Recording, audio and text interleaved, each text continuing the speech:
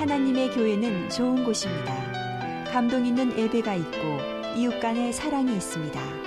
풍성한 나눔이 있고 아름다운 만남이 있습니다. 하나님이 주신 사명이 있는 곳, 성령의 권능이 함께하는 곳, 방황하는 영혼들의 구원의 방주가 되기 위해 믿음과 말씀 안에서 오늘도 빛과 소금의 역할을 다하고 있습니다. 가까운 교회에 나가셔서 예수님을 만나보세요. 꿈과 소망이 있는 밴쿠버 중앙 장로교회.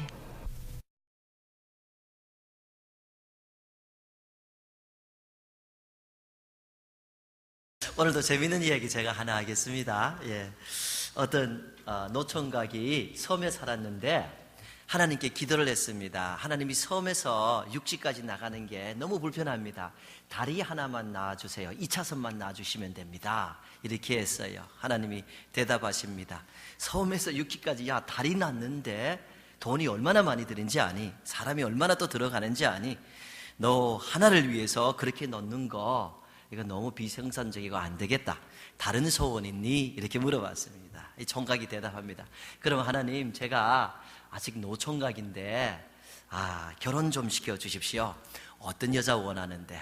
제가 김치찌개를 좋아하니까 김치찌개를 잘 끓이고 얼굴도 예쁘고 키도 좀 크고 몸매도 좀 있고 마음도 좀 너그러워서 제가 좀 잘못하면 품어줄 수 있는 지혜 있어서 또 이렇게 돈도 잘 버는 그런 여자 있으면 좋겠습니다.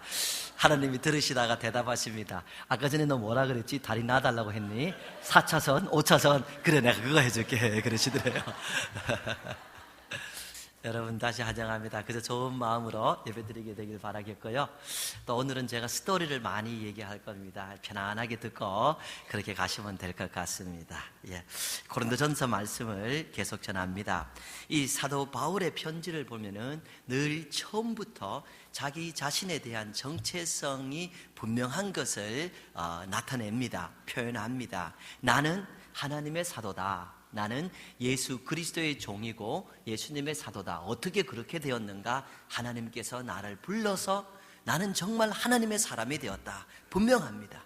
하나님께서 나를 불러주셨으니 내가 나의 최고를 드린다.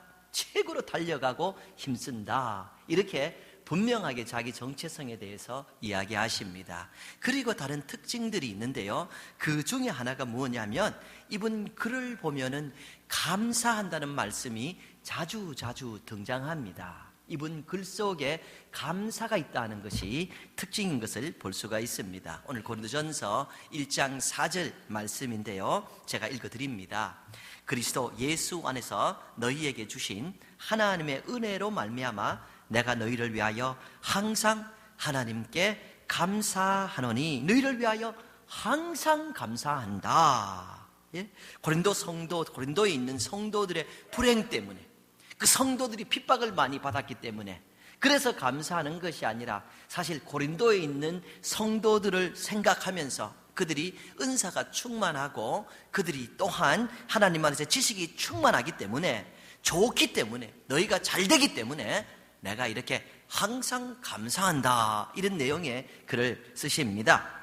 이 5절 내려가 보아도 이 바울 사도께서 너희가 그 안에서 모든 일 곧 모든 언변과 모든 지식에 풍족함으로 말에 참 아름다운 말에 풍족하고 또 예수 그리스도를 아는 지식에 풍족하다. 참 좋은 것 아니냐? 그래서 내가 하나님께 너희를 위하여 감사한다. 6절 말씀 내려가 보면 그리스도의 증거가 너희 중에 견고하게 되어 그러니까 예수 그리스도에 대한 말씀 증거의 말씀들을 이 사람들이 견고하게 믿었다 하는 것입니다.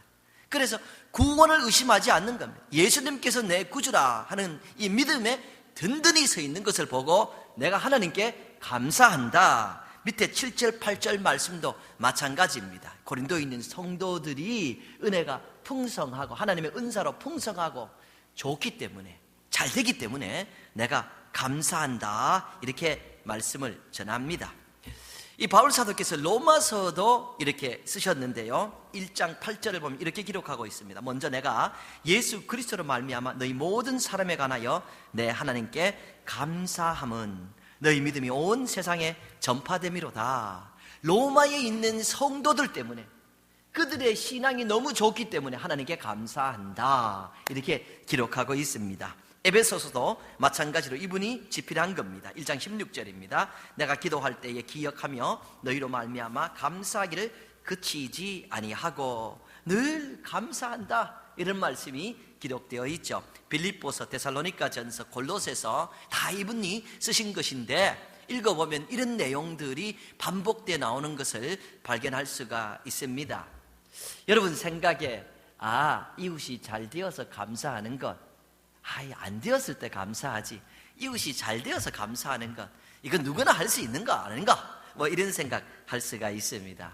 그런데 사실은 많은 사람들은 이웃의 잘못됨, 이웃의 안타까움, 이웃의 비극에는 같이 슬퍼하고 동참할 수가 있는데, 이웃이 잘 되는 거는 못 봐주는 사람들이 굉장히 많습니다. 그래서 한국말 그런 말이 있죠. 사촌이 땅을 사면 배가 아프다. 그런데 사실은 어떤 사람은 사촌이 땅을 사면 설사까지 한다. 예. 이게 무슨 얘기입니다? 이게 무슨 얘기입니까? 시기한단 말이에요. 다른 사람이 잘 되는 거 시기한단 말이에요. 질투한단 말이에요. 사랑하는 성도님들, 10월은 추수 감사절이 같이 있는 이 감사의 계절입니다. 다음 주일이 추수 감사 주일이죠. 예. 우리가 이 10월 달은 잘 되는 사람들 보고 이렇게 하나님께 감사하고 영광 돌리는, 그저 감사가 충만한 한 달 되기를 주님 이름으로 부탁을 드리겠습니다. 제가 아는 분이 캘리포니아에서 이 아버지 학교에서 봉사를 많이 하십니다. 근데 이분이 제일 처음 아버지 학교 갔을 때에 자기가 이해하지 못하는 것을 경험했다는 겁니다. 그 아버지 학교 순서 중에 하나가 무엇이냐 하면은 이 자기 아버지에 대해서 생각을 하고 아버지와 관계에 있어서 마음이 상한 것, 고통받은 것, 또 좋은 기억이 없는 것, 서로 고백하는 시간이 있다는 겁니다. 아마 이렇게 고백을 하면서 상처가 치유되는 그런 것들을 경험하는 것 같습니다. 그런데 자기가 이렇게 보니까 참 배운 것이 많고 가진 것도 많고 바깥으로 보면 말끔한 신사 같은 분들이 그렇게 부모님에 대해서 원망이 많더라는 거예요. 아픔이 많다는 거예요. 네? 그 부모님도 사실 잘 살고 많이 배웠기 때문에 자식들 대학까지 공부시키고 그렇게 잘 해줬는데도 불구하고 그 부모님에 대해서 그렇게 원망이 많고 아픔이 많은 거 자기는 이해를 못하겠더라, 그렇게 말씀하시는 거예요. 사실 자기는 이렇게 돈 많고 학식 있는 부모님이 아니라 별로 돈도 없고 학식도 별로 없는 그런 부모님 밑에서 자기 고생 많이 했다는 거예요. 그런데 부모님이 감사하기는, 부모님이 고맙기만 한데 왜 저렇게 많이 배운 분들은 저렇게 원망이 많을까, 뭐 그런 생각을 이렇게 했다는 겁니다. 여러분, 우리가 부모에 향한 원망뿐이 아니라 다른 모든 곳에 있어서 원망이라는 것이 있다. 예? 만약 그것을 아직까지 우리가 가지고 살아간다, 아픔을 가지고 살아간다, 그렇게 살아간다면 사실 불행입니다. 좋다가도, 행복한 시간을 보내다가도, 아름다운 시간을 보내다가도, 가족과 즐거운 시간을 보내다가도 이 부모님이 내게 그때 이렇게 했지, 그런 원망스러운 생각이 드는 순간 어떻게 됩니까? 가슴에 있던 그 행복이 떠나가는 것을 느끼게 됩니다. 이 원망이라는 것이 내가 가지고 있던 이 즐거움을 싹 하고 빨아들이는 것을, 그런 것을 느끼게 됩니다. 이 원망이라는 것은 굉장한 힘이 있습니다. 어떤 힘이 있는가? 행복을 앗아가는 엄청난 힘이 있다는 거예요. 내가 가지고 있는 축축한 행복, 훈훈한 행복, 아름다운 행복을 원망이라는 것이 들어오면 샥 빠져 싹 빨아 가버린다 하는 말씀이죠. 여러분, 그래서 바울 사도께서 골로새서 3장 15절 말씀 보면 이런 말씀을 합니다. 너희는 또한 감사하는 자가 되라. 감사하는 자가 되라. 원망을 하면은 행복을 샥 빨아들지만은 감사할 때에 행복이 다시 내 머리를 채우고 내 가슴에 스며드는 것을 볼 수 있습니다. 바울 사도는 하나님의 백성들이 행복하고 잘 살기를 원했기 때문에 그렇지 않다, 원망하고 염려하고 그런 것들은 너의 행복을 빠뜨려 빨아간다, 가져간다, 도둑질내 간다. 그러나 감사는 행복을 가슴에 채우는 것이니 너희는 무엇보다도 감사하는 자가 되라. 이렇게 얘기하시는 것이죠. 여러분, 감사는 인생을 어려움에서도 이기게 합니다. 원망할 때 잘 안 되는데 감사할 때 잘 되는 것을 경험할 때가 가끔씩 있습니다. 예기치 못한 일들이, 좋은 일들이 감사하는 가운데 일어날 수가 있는 것이에요. 어떤 여성이 큰 꿈을 안고 결혼을 했습니다. 꿈을 안고 결혼을 했으니까 결혼만 하면은 이 남자가 데이트할 때보다 자기를 너무너무 행복하게 잘해줄 것이다, 신데렐라 될 것이다, 그런 생각으로 이렇게 결혼을 했는데, 여러분, 결혼하고 나니까 꿈 깨야 됩니다. 꿈 깨야 됩니다. 그런 것이 아니죠. 여러분 가운데서도 혹시 이런 생각을 하고 그 백마탄 남자를 기다리는 여성이 있다면 꿈 깨시기 바랍니다. 네. 결혼하고 나면 많은 것이 무효입니다. 이 여성도 이 남자가 그렇게 데이트할 때 잘해 주었는데 결혼하고 나니까 이 술꾼이라 매일 술 마시고 들어오는 거라. 매일 밤 술 마시고 집에 와서 늦게 들어와서 그냥 크렁크렁 자는데 미워 죽겠어. 결혼 전에 가졌던 그 생각, 그 꿈이 다 깨지는 것 같아요. 매일 늦게 술 마시고 들어오니까 밥 차려놔도 소용이 없습니다. 기다리다가 어느 날부터는 밥도 안 차려놓습니다. 그냥 이 남자가 언제 들어나 들어오기만 봐라 하는데 뭐 들어올 때마다 곤드레 만드레 하고 들어와서 퍽 쓰러져 자니까 이게 뭐 할 말이 없고 자기 신세가 한탄스러운 거라. 근데 어느 날도 남편이 또 술 마시고 늦게 들어와서 집에서 퍽 누워서 잠을 자고 있는데 자기가 너무, 내가 왜 저 남자하고 결혼했을까? 내 인생 왜 이렇게 힘들까? 그러면 또 하나님 또 원망이 나오네. 하나님도 원망스러운 거예요. 술 마시는 그 남편에게 교회 가자 그래도 교회도 안 가고 매일 술만 마시니까 너무너무 원망스러운 거예요. 그러다 그날따라 하늘을 보니까 달이 훤하게 떠 있는데 그 달빛 사이로 남편 얼굴이 보이는 거예요. 근데 그 얼굴 보면서 마음에 드는 생각이, 그래도 내 남편이 집에 들어와서 늘 잠자는 게 감사하지 않은가? 술을 그렇게 마셔도 어떻게 집을 찾아오는지, 집에 와서 늘 잠자니? 어떤 남자들은 술 마시지도 않고 집에 들어오지도 않는데 그런 남자들 비해서 우리 남자가 얼마나 좀 귀중한가? 그래도 우리 남자가 술을 마셔도 몸이 아직 건강하니까 얼마나 감사한가? 어떤 남자는 술 안 마시는데도 늘 병원 찾아가는데 내 남편이 늘 병원 신세지면 내 이거 얼마나 힘든가? 내 남편이 술을 마시면 늦게 들어오고 저렇게 자지만 그 정신이 말짱할 때는 그래도 내게 참 잘해주지 않는가? 그래서 내 남편이 최고가 아닌가? 뭐 그런 생각이 달빛 보면서 이렇게 생각이 난다는 거예요. 원망이 많은 분들 달빛 보시기를 바랍니다. 여러분에게 은혜가 있을지. 그런 생각이 드니까 이분이 하나님 정말 좋은 남편 줘서 감사합니다. 그래도 이렇게 집을 어떻게 찾아온지 집 찾아오는 남편 주셔서 고맙습니다. 그래도 건강한 남편 주셔서 고맙습니다. 그래도 술만 깨면 내게 잘해주셔서 고맙습니다. 이런 감사 기도를 찾아서 하는데 진심으로 감사가 나와서 눈물이 막 줄줄 나오고 울면서 하나님 고맙습니다. 이 슬픈 남편 두고 울면서 막 감사하는 거예요. 그리고 주일이 되었습니다. 주일 아침에 이 남자가 얘기하는 겁니다. 여보, 오늘 아침에 어디 갑니까? 어디 갔냐고 물어보는 거죠. 교회에 간다고. 나 오늘 교회에 간다고. 그러니까 이 남자가 하는 말이, 나도 오늘은 교회 한번 가볼까 그러는 거예요. 이게 어떻게 되었는가?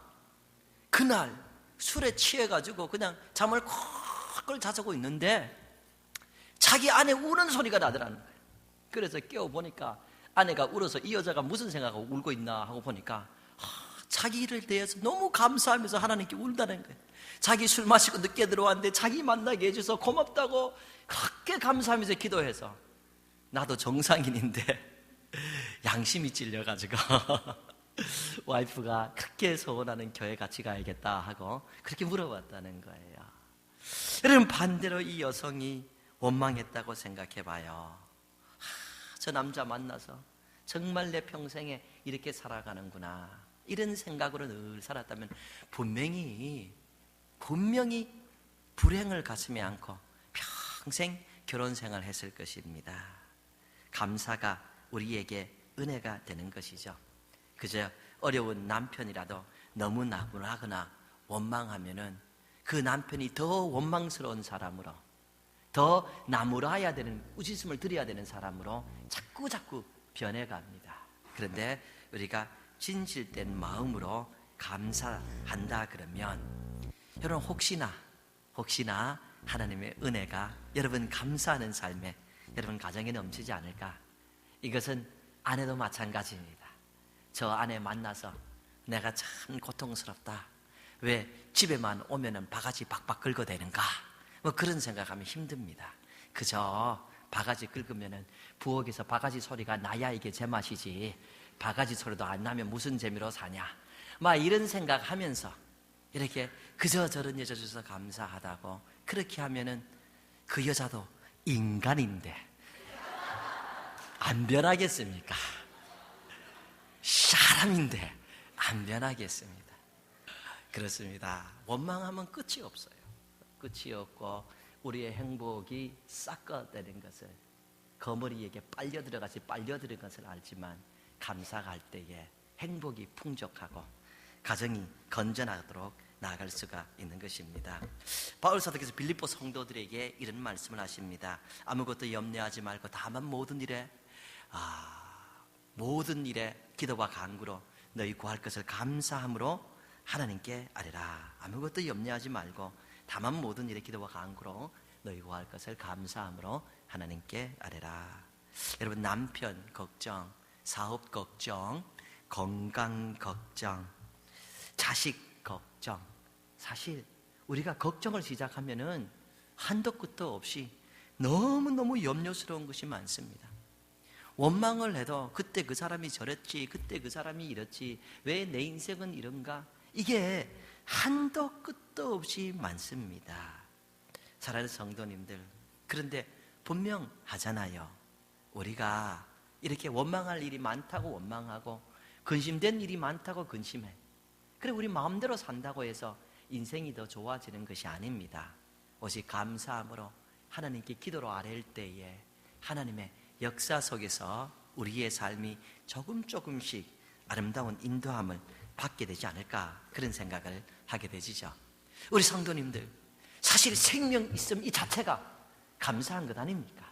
오늘도 내게 생명이 있어서, 그래도 내가 움직일 수 있는 힘이 있어서 주의 교회에 나와서 예배할 수 있고, 오늘도 내가 움직일 수 있는 힘이 있어서 사람들을 만나서 웃을 수 있고, 오늘도 내가 이 숨쉬고 있다는 이 자체가 내게 걱정할 수 있는 이 두뇌의 능력이 있는 것, 그래도 걱정할 수 있는 나이에 살아가는 것, 이 자체가 이것이 복이 아닌가, 그런 생각을 해볼 수 있습니다. 제가 이렇게 병원 이 신방을 가끔 하다 보면은 참 느끼는 것 중에 하나가 아픈 사람들이 많다는 겁니다. 특별히 이렇게 서리 그 메모리얼 호스피털 이렇게 가다 보면 늘은 아니지만 자주 제가 이 응급실, 그러니까 이머전시로 이렇게 지납니다. 길치라서 그 병원 안에서도 자꾸 헤맵니다. 근데 그쪽으로 가면 좀 아는 것 같아요. 응급실은 자주 가서. 근데 때로 보면은 아픈 사람들이 얼마나 많은지, 침대가 모자라서 복도에 침대 다 내어두고 거기에 아픈 사람들이 막 죽을 것 같은 모습을 하고 누워있는 거예요. 노인도 있고 또 젊은 사람들도 있고 할머니들도 있고 아주머니들도 있고 할아버지들도 있고 막 아파가지고 거기 누워있어요. 여러분, 이런 사람들이 얼마나 많은지 모릅니다.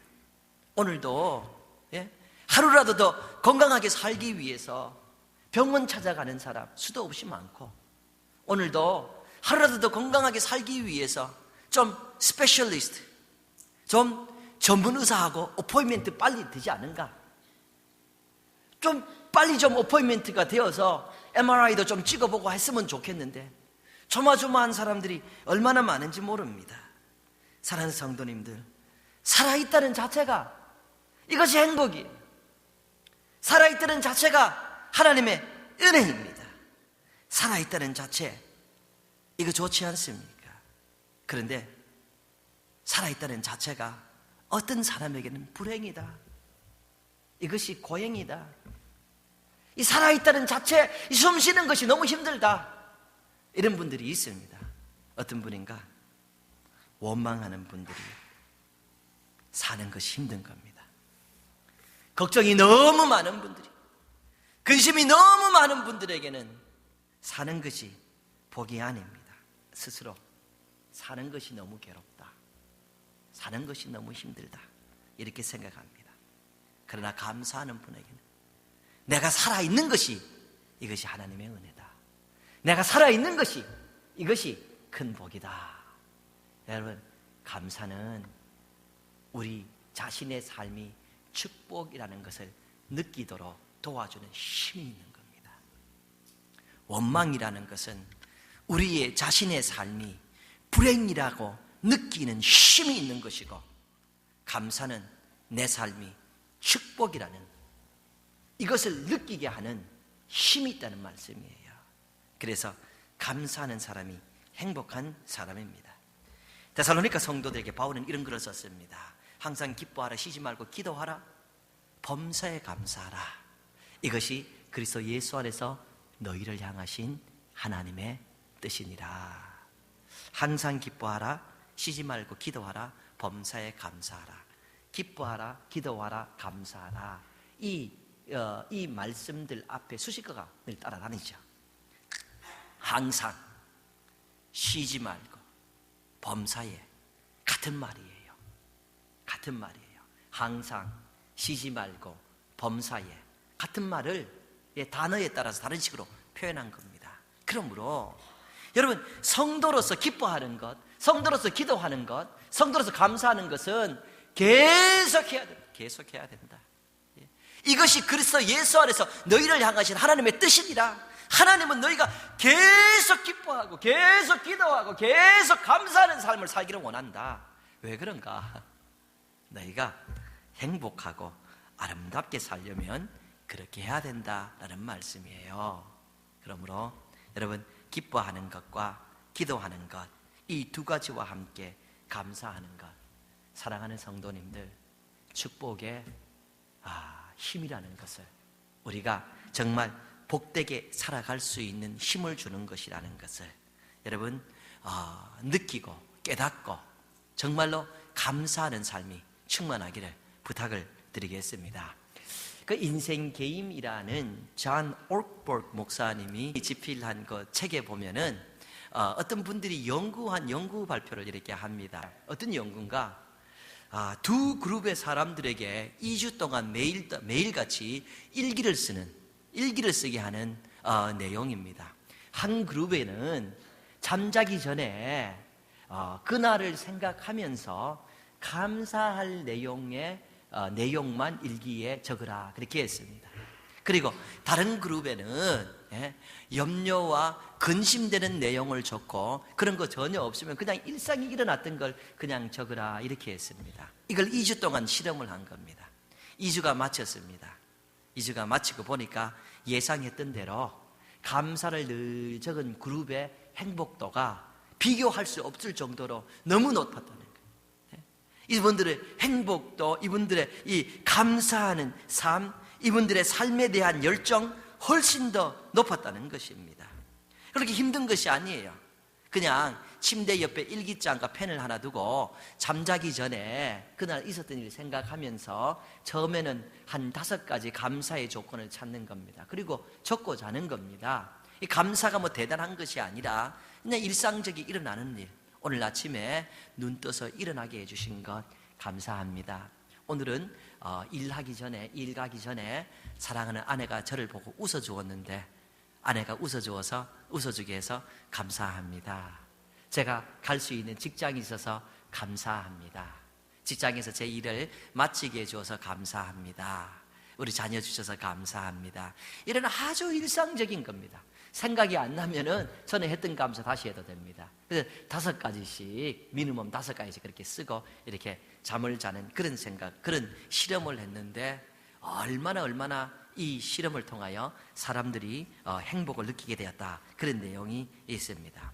오늘 반복적으로 제가 감사하십시오 이런 말씀을 드리고 있는데요, 여러분, 다시 말씀드려도 그것이 우리로 하여금 축복을 느끼게 하는, 내 삶이 정말로 복된 삶이라 하는 이것을 느끼게 하는 아주 힘입니다. 그래서 이 감사라는 것은 하나님께서 주신 축복의 선물입니다. 감사 자체가 선물이라는 말씀이에요. 그래서 이 감사를 많이 사용할 때에 사람은 더 행복하게 되고 건설적이게 되고 그리스도인은 더욱더 그리스도인답게 살아가게 되는 것이지요. 제가 조금 위에서도 조금 나눴지만 바울 사도께서 보낸 글을 다시 한번 여러분들에게 읽어드립니다. 빌레몬서는 안 읽어드렸지만 읽어드립니다. 1장 4절입니다. 내가 항상 내 하나님께 감사하고 기도할 때에 너를 말람은, 바울 사도의 글이죠. 내가 항상 하나님께 감사한다. 에베소서 1장 16절입니다. 내가 기도할 때 기억하며 너희로 말미암아 감사하기를 그치지 아니하고. 빌립보서 말씀입니다. 내가 너희를 생각할 때마다 나의 하나님께 감사하며. 골로새서 1장 3절 말씀입니다. 우리가 너희를 위하여 기도할 때마다 하나님 곧 우리 주 예수 그리스도의 아버지께 감사하노라. 이 바울 사도의 글인데요, 이 감사가 이렇게 반복되어 있습니다. 근데 이 네 책에, 이 바울 사도에 쓰인 이 네 권의 다른 공통점은 무엇이냐 하면은 빌레몬서, 에베소서, 빌립보서, 골로새서의 공통점은 다 옥중서신이라는 겁니다. 바울 사도께서 감옥에 갇혀서 쓴 글입니다. 감옥에 있을 때 썼기 때문에 이것을 옥중서신이다 이렇게 이야기를 하고 있는 것이지요. 그런데 감옥에 갇혀서도 너무 감사하다. 너무 감사하다.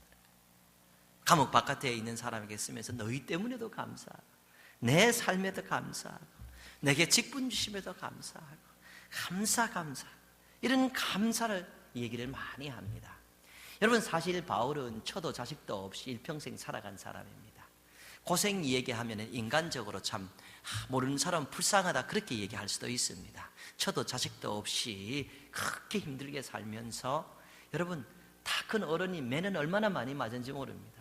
감옥에는 얼마나 많이 갔는지 모릅니다.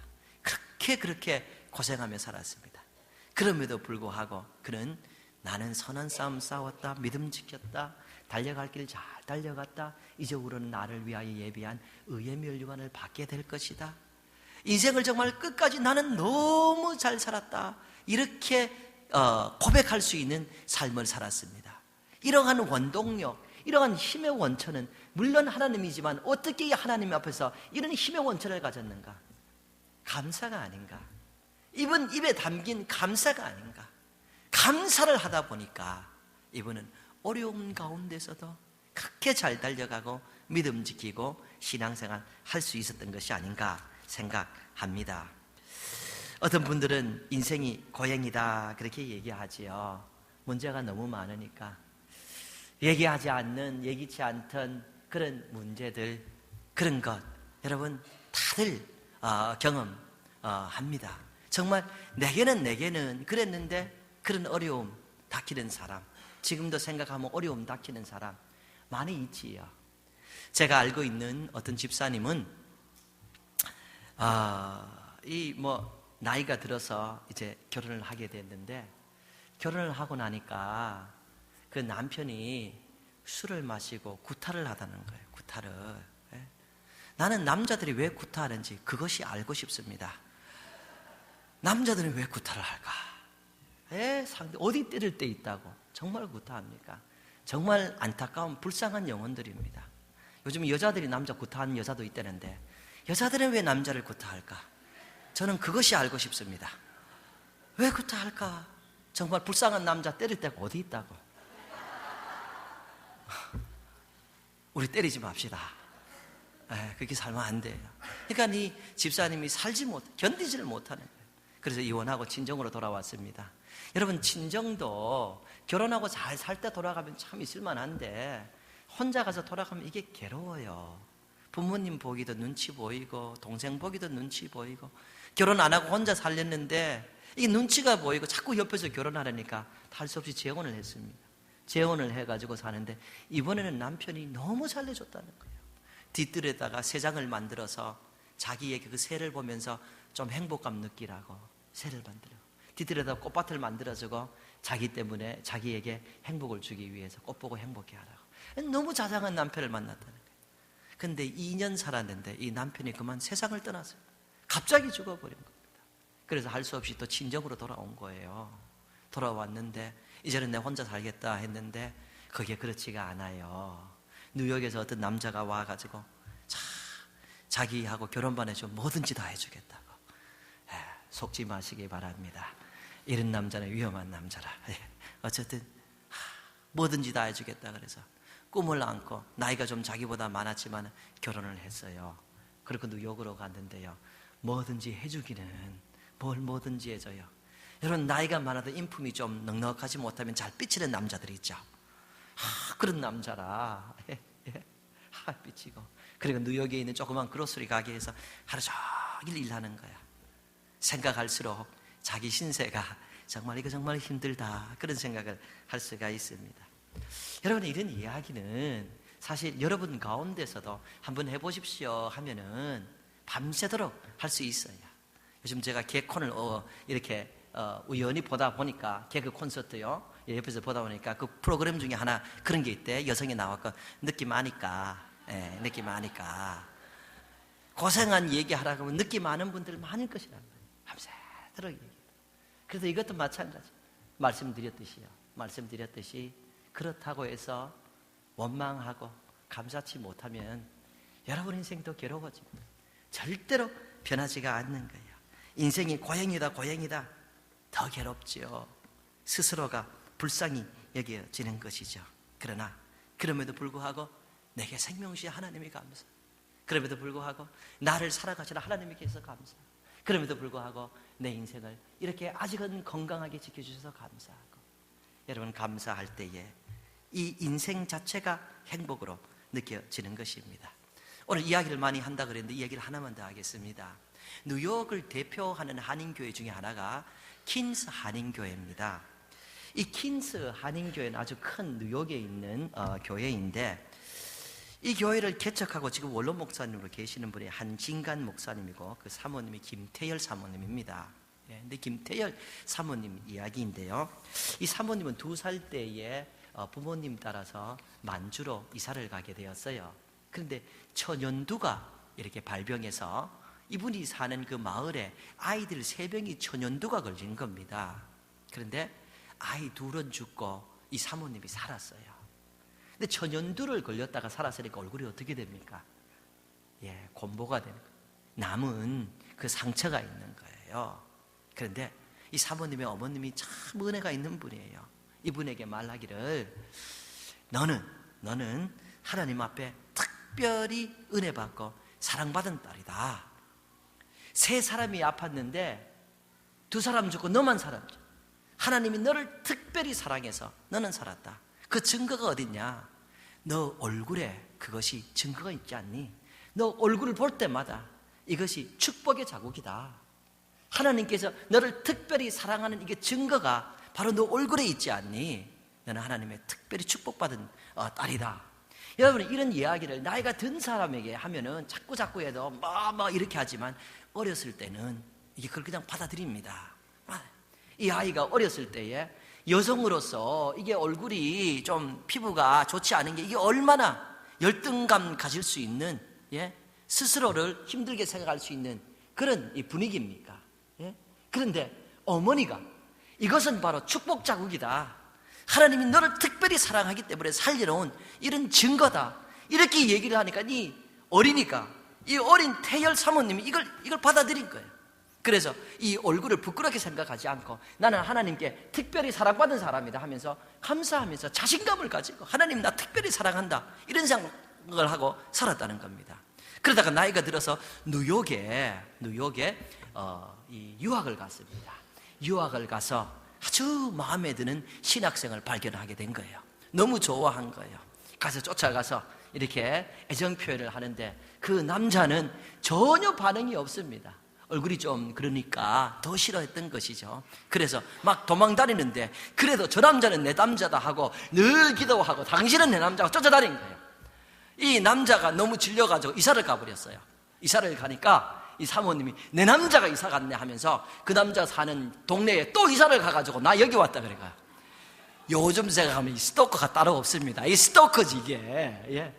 그래도 자신감 가지고 저 남자 내 남자하고 기도하고 하나님 주시옵소서 이렇게 하는 거예요. 남자로서 돌아버립니다. 남자가 어느 날 그러더랍니다. 아주 막 철거머리 막 찐득이 같다고 얘기하는 겁니다. 마음이 상처가 될 수도 있는 얘기인데, 아 내가 철거머리 찐득이네, 더 붙어야지 하고 그냥 더 열심히 붙고 내 남자다 하면서 기도와 하나님 주시옵소서 했다는 겁니다. 한 3년 정도 지났는데요, 이 남자가 마음이 변해가지고 둘이 결혼하게 된 거예요. 그리고 교회를 개척했는데 함께, 그게 바로 뉴욕에 있는 퀸스 한인교회, 굉장히 사람들이 많이 모이는 큰 교회가 되고, 이분이 그런 경험 때문에 책도 쓰시고 간증도 하기 때문에 이런 얘기가 알려진 것입니다. 이 이야기도 똑같은 내용입니다. 이분이 어렸을 때에 자기 얼굴 바라보면서 하나님이 나를 미워하나 봐. 나는 왜 이렇게 천년두골에서 얼굴 피부가 이럴까? 나는 정말 불행한 여자야. 나는 앞으로 좋은 남자도 못 날 것 같아. 이런 생각을 했다면 분명히 이분은 지금까지 결혼 못했을 수도 있습니다. 지금까지 불행한 여자로 그냥 살아가고 다른 사람의 동정심 먹으면서 살아갈 수가 있습니다. 그런데 그런 생각하지 않고 이것은 하나님께서 주신 축복의 마크다, 하나님이 나를 사랑하신다는 증거다 하고 인생을 자신감을 갖고 감사하며 사니까 여러분 생활을 이렇게 멋있게 할 수가 있는 것입니다. 성경 말씀 제가 끝으로 하나 읽어드립니다.